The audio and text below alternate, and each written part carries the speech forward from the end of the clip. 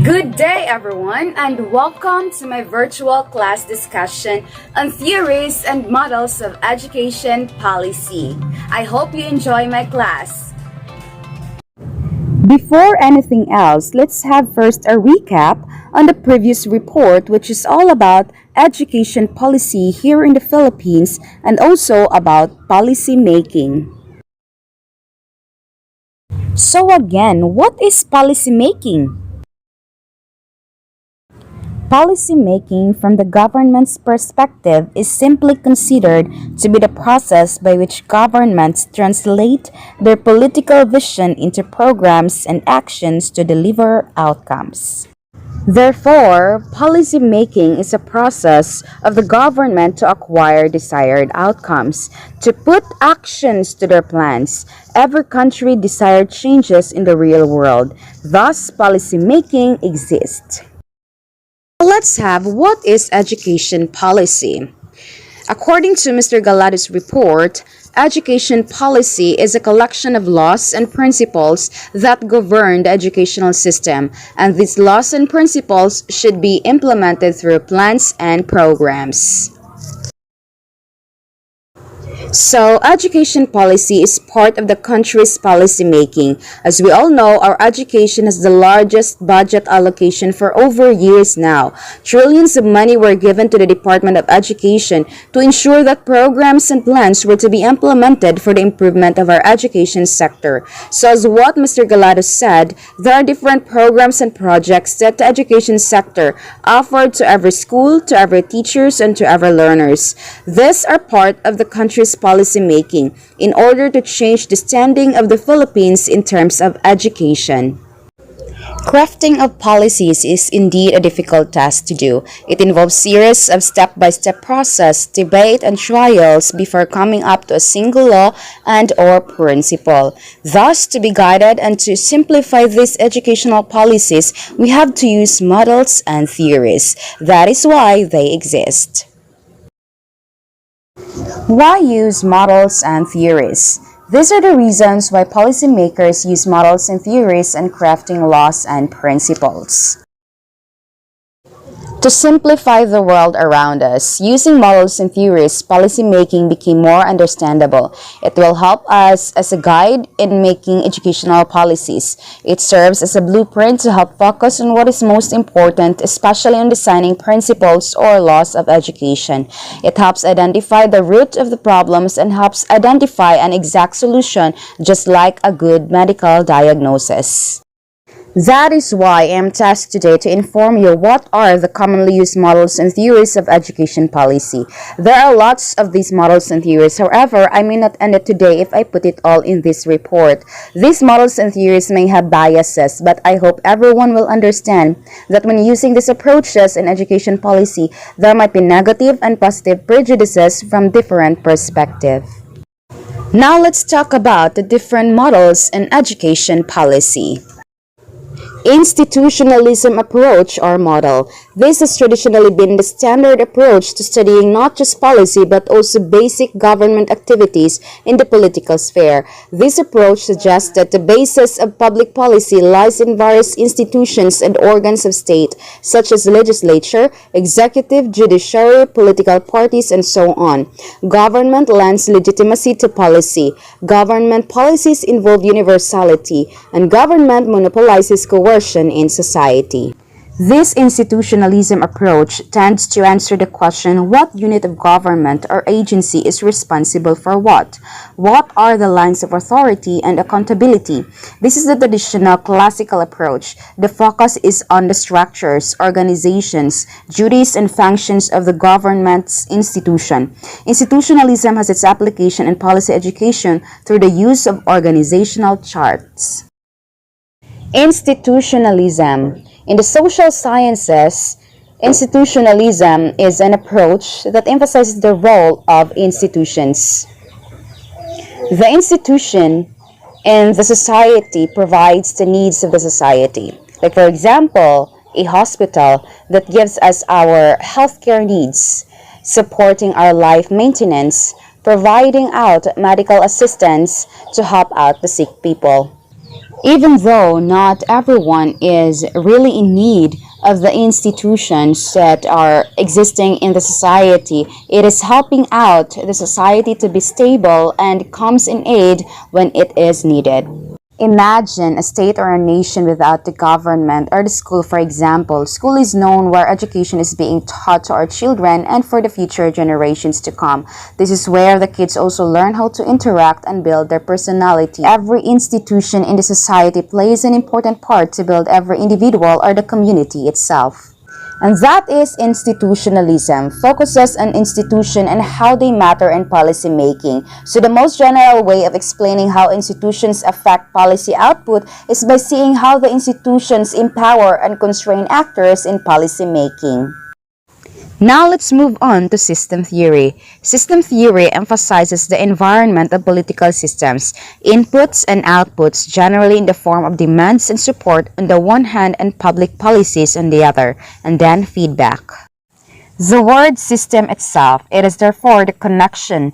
System theory in policymaking helps people to understand external linkages and how to influence them or respond to them.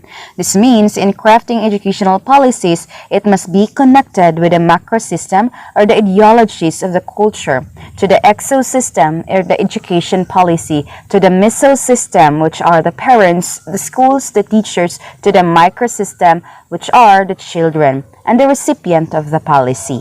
The school is a system. We teachers are useless if we don't have students, and vice versa. We are all interrelated and interdependent. So as making policy, the more connected we are, the more successful our education policies can be. System approach is good. However, there are some implications if we use this in policy making. One is coordination of the organization's part is essential for proper functioning of the organization. Second is decision and action taken in one area of the organization will have an effect in other areas of the organization. Therefore, if things are interdependent and interconnected to each other, then if something happened to the small part of the system, it's gonna affect the entire system. So coordination of every part is essential for proper functioning of the entire function. Decision and actions taken in one area will have an effect to other areas in the organization. Therefore, it is necessary to take good care of each part and make sure to be careful of every decision to not ruin the result. Now let's move on to pluralism or group theory. Pluralism is a theory that political power is widely distributed in society. Groups provide a key link between the people and the government. Pressure groups act as agents to assist this distribution, and government is responsive to a wide range of causes and interests. Politics is mainly a competition among groups, not individual, with each group pressing for its own preferred policies. All citizens have open access to membership of pressure groups. In pluralism, the power is on the groups. Most common version of pluralism used to explain national political behavior interprets policy making as a result of influence group. The power isn't just concentrated in one group, but that power is exercised when people come together and form interest groups. For example, we have workers, business owners, environmentalists, and they all had interest in how education policy works. So they come and form interest groups by working together and maximize their power as groups of people. In policy education, pluralist models are especially helpful in emphasizing the diversity of participants and interests, the likelihood of conflict, and the importance of willingness to work on conflict resolution. Now let's have elitism model or theory. Elitism is the theory that power is concentrated and not evenly distributed. Some pressure groups have more power and influence than others. Economic groups are commonly seen as more powerful than other groups, especially business groups. In most democratic countries, the distribution of power is unequal. However, there are opportunities for every group to get their voice heard, as those in power must recognize that they are voted into power. In elitism, the power is on elites. This model recognizes that most people are uninvolved and uninfluential. Policy making on most issues is heavily influenced by elites. In policy education, elite model emphasizes inequalities among those who participate in policy making or experience its outcome. In different hands, disparities are attributed to apathy on the art of the masses or manipulation by elites. Let's move on to process model. Process models attempt to generalize about the sequence of steps or actions that occur as policy issues are raised, debated, and resolved. They focus more on what happens, when, and how than on who the participants are and why particular outcomes occur. Process models are widely used in policy education. They help answer obviously pressing questions such as where do we start and what happens next. The process models circulate on the process of the lawmaking itself, the discussion and debate, to political action, to legislative proposal, to law and regulation, and to compliance.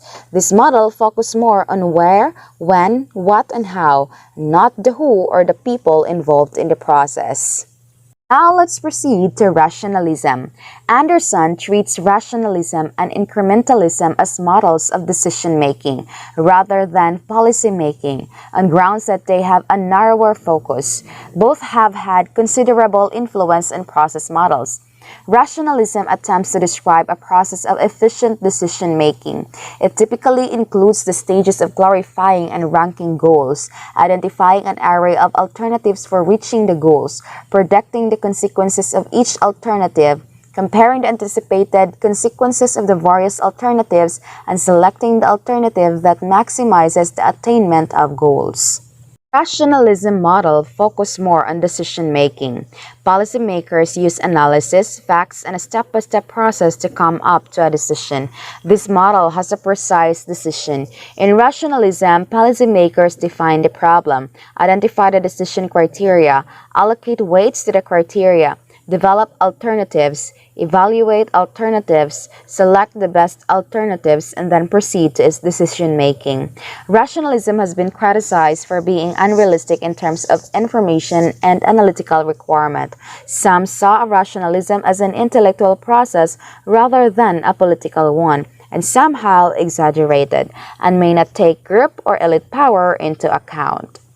Now let's move on to theories. According to Cooper, Fossarelli, LD, and Randall 2004, there are 7 theories in education policy: system theory, interest group theory, neo-institutional theory, critical theory, feminist theory, postmodernism, and ideological theories of policy making.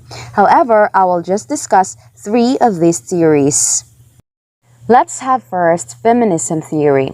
Feminist theory aims to understand the mechanism and roots of gender inequality in education, as well as their societal repercussions. Like many other institutions of society, educational systems are characterized by unequal treatment and opportunity for women.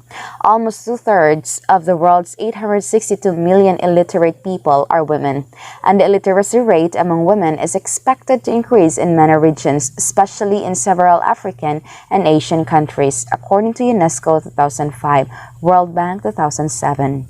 Historically speaking, girls are underachieved in comparison to boys. Lower expectations, gendered subject choices, career paths, socialization into expressive roles. Thus, empowerment to them is needed, especially in education sector. Education can empower women. To improve female participation in education, policies were formulated to ensure women empowerment and promote girls' education. Another theory in education policy is critical theory. It concerns regarding the difference between policy rhetoric and practiced reality. Concern regarding the policy, its roots, and its development. For example, how it emerged, what problems it was intended to solve, how it changed and developed over time, and its role in reinforcing the dominant culture. Concern with the distribution of power, resources, and knowledge, as well as the creation of policy, winners and losers, concern regarding social stratification and the broader effect a given policy has on relationship of inequality and privilege, concern regarding the nature of resistance to or engagement in policy by members of non-dominant groups. Critical theory tends to ask the question, why do certain voices can be heard and why others not be heard? Why is it that some interest group was able to be heard by the politician and why is a politician able to accept that legislation? Critical theory is a philosophy that involves being critical of the prevailing society. In many cases, that means looking closer at beliefs that might favor privileged people like rich, white men over other people. Critical theory in education is about questioning how our educational system can best offer education to all people. It offers opportunities and understanding of the different perspective of disadvantaged group and members of society. Now let's move on to the last theory in my discussion, postmodernism theory. Postmodernism, like Lyotard and Baudrillard, claim that society has moved on since the modern period. This movement has been caused by globalization, reducing the power of the nation-state, economic changes, fragmenting social classes, and diffusing their values, relativism, a way of looking at the world which rejects the so-called objective truth of grand narratives. One man's truth is seen as just as valid as another's. The rise in importance of identity, rather than identifying with particular social classes. Postmodernists suggest people construct their own identities like consumers in a marketplace, picking and mixing as they see fit. It is a theory that states we now live in a world where truth, knowledge, and even reality have multiple meanings. It states that today human beings live in a postmodern condition. In this condition, people attempt to construct their own meanings. In postmodernism, knowledge is functional, so educational policy in contemporary times should put emphasis on skills and trainings. In today's era, electronic computer technologies has revolutionized the modes of knowledge production and distribution. Therefore, in postmodernism, since society is changing so constantly and so rapidly, societies can no longer be understood through general theories. It's according to Marxism and functionalism. Thus, people construct their own knowledge not because they are true, but rather because they are useful. That is why we have varied policies in our education today in order to catch up with a changing society and changing people. Theories and models play a vital role in guiding the intellectual work of every individual, especially in the education sector. It served as guide to interpret, analyze, and take actions in our professional worlds. Theories and models may have different perspectives which attempts to influence every individual. If we go deeper to each, we might have different views of that certain theory or model. We might find it good or the other way around. It will depend on how we use and perceived it. However, despite its differences, it is still necessary to acknowledge the importance of theories and models in education policy. It is also a reality that using theories and models will efficiently and definitely influence the result of any policies. Remember that most of what is being done is already theory-based. Remember that most of what is being done is already theory-based. And that ends my report. Thank you so much for listening. I hope that you get a little insight from my discussion today. And for the evaluation, I will send the Google form in our group chat. Thank you so much, everyone, and God bless.